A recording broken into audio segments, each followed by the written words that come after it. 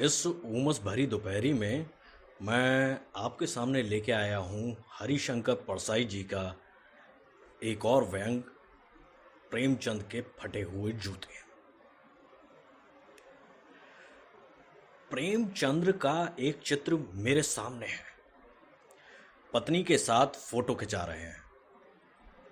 सिर पर किसी मोटे कपड़े की टोपी, कुर्ता, धोती पहने हैं। कनपटी चिपकी है, गालों की हड्डियां उभर आई हैं, पर घनी मूछें चेहरे को भरा भरा बतलाती हैं। पांवों में कैनवास के जूते हैं, जिनके बंद बेतरतीब बंधे हैं। लापरवाही से उपयोग करने पर बंद के सिरों पर की लोहे की पतरी निकल जाती है और छेदों में बंद डालने में परेशानी होती है। तब बंद कैसे भी कस लिए जाते हैं। दाहिने पांव का जूता ठीक है, मगर बाएं जूते में बड़ा छेद हो गया है, जिसमें से उंगली बाहर निकल रही है। मेरी दृष्टि उस जूते पर अटक गई है। सोचता हूं फोटो खिंचाने की अगर यह पोशाक है तो पहनने की कैसी होगी। नहीं, इस आदमी की अलग अलग पोशाकें नहीं होंगी। इसमें पोशाकें बदलने का गुण नहीं है। यह जैसा है वैसा ही फोटो में खिंच जाता है। मैं चेहरे की तरफ देखता हूं। क्या तुम्हें मालूम है, मेरे साहित्यिक पुरखे, कि तुम्हारा जूता फट गया है और उंगली बाहर दिख रही है? क्या तुम्हें इसका जरा भी एहसास नहीं?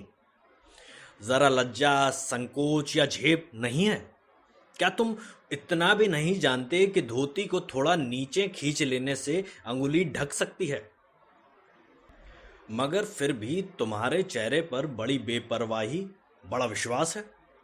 फोटोग्राफर ने जब रेडी प्लीज कहा होगा, तब परंपरा के अनुसार तुमने मुस्कान लाने की कोशिश की होगी।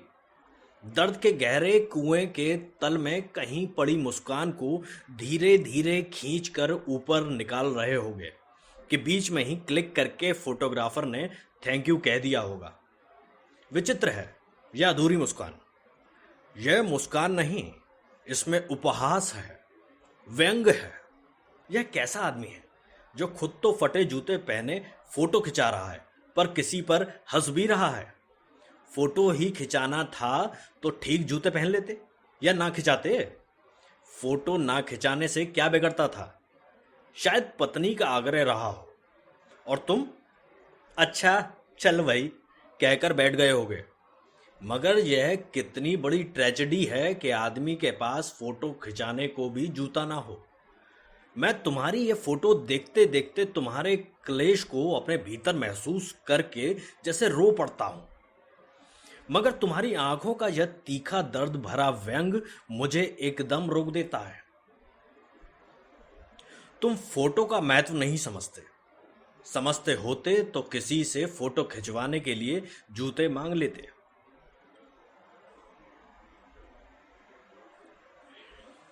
लोग तो मांग के कोर्ट से वर दिखाई करते हैं और मांगे की मोटर से बारात निकालते हैं। फोटो खिंचाने के लिए तो बीवी तंग मांग ली जाती है। तुमसे जूते ही मांगते नहीं बने। तुम फोटो का महत्व नहीं जानते। लोग तो इत्र चुपड़ कर फोटो खिंचाते हैं जिसमें फोटो में खुशबू आ जाए। गंदे से गंदे आदमी की फोटो भी खुशबू देती है। टोपी 8 आने में मिल जाती है और जूते उस जमाने में भी 5 रुपए से कम क्या मिलते होंगे। जूता हमेशा टोपी से कीमती रहा है। अब तो जूते की कीमत और बढ़ गई है और एक जूते पर 2500 टोपियां निछावर होती हैं। तुम भी जूते और टोपी के अनुपातिक मूल्य के मारे हुए थे। यह विडंबना मुझे इतनी तीव्रता से पहले कभी नहीं चुभी जितनी आज चुभ रही है। जब मैं तुम्हारा फटा जूता देख रहा हूं, तुम महान कथाकार, उपन्यास सम्राट, युग प्रवर्तक, जाने क्या क्या कहलाते थे, मगर फोटो में भी तुम्हारा जूता फटा हुआ है। मेरा जूता भी कोई अच्छा नहीं है।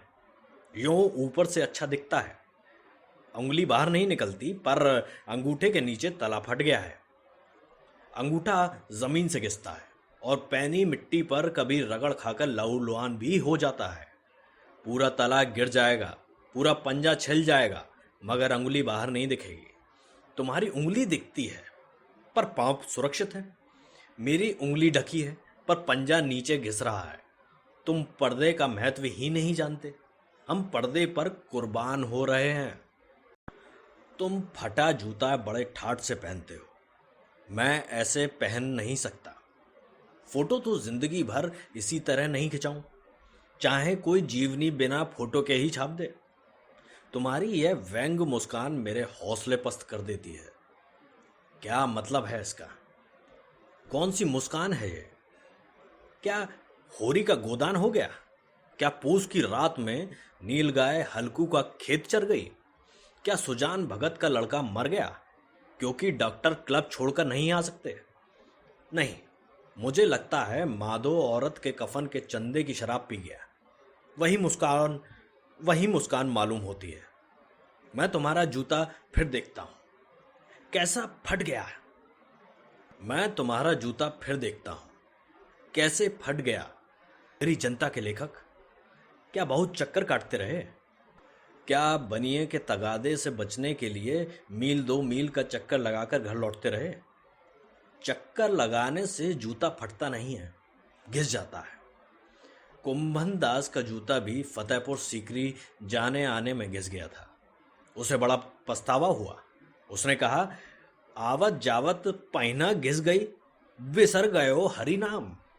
और ऐसे बुलाकर देने वालों के लिए कहा था, जिनके देखे दुख उपजत है, तिनको करबे परे सलाम। चलने से जूता घिसता है, फटता नहीं। तुम्हारा जूता कैसे फट गया?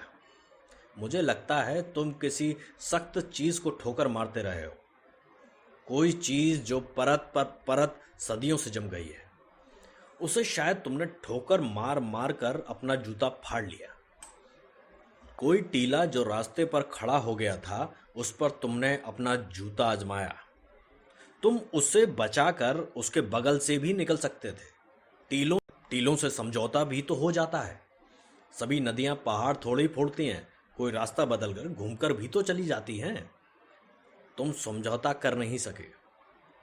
क्या तुम्हारी भी वही कमजोरी थी जो होरी को ले डूबी? वही नेम धर्म वाली कमजोरी? नेम धर्म उसकी भी जंजीर थी, मगर तुम जिस तरह मुस्कुरा रहे हो, उससे लगता है कि शायद नेम धर्म तुम्हारा बंधन नहीं था, तुम्हारी मुक्ति थी। तुम्हारी यह पांव की उंगली मुझे संकेत करती सी लगती है, जिसे तुम घृणित समझते हो।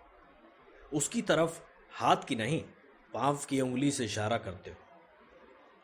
तुम क्या उसकी तरफ इशारा कर रहे हो जिसे ठोकर मारते मारते तुमने जूता फाड़ लिया? मैं समझता हूं, तुम्हारी उंगली का इशारा भी समझता हूं, और यह व्यंग मुस्कान भी समझता हूं। तुम मुझ पर या हम सभी पर हंस रहे हो, उन पर जो उंगली छिपाए और तलुआ घिसाए चल रहे हैं, उन पर जो टीले को बरका कर बाजू से निकल रहे हैं। तुम कह रहे हो, मैंने तो ठोकर मार मार कर जूता फाड़ लिया।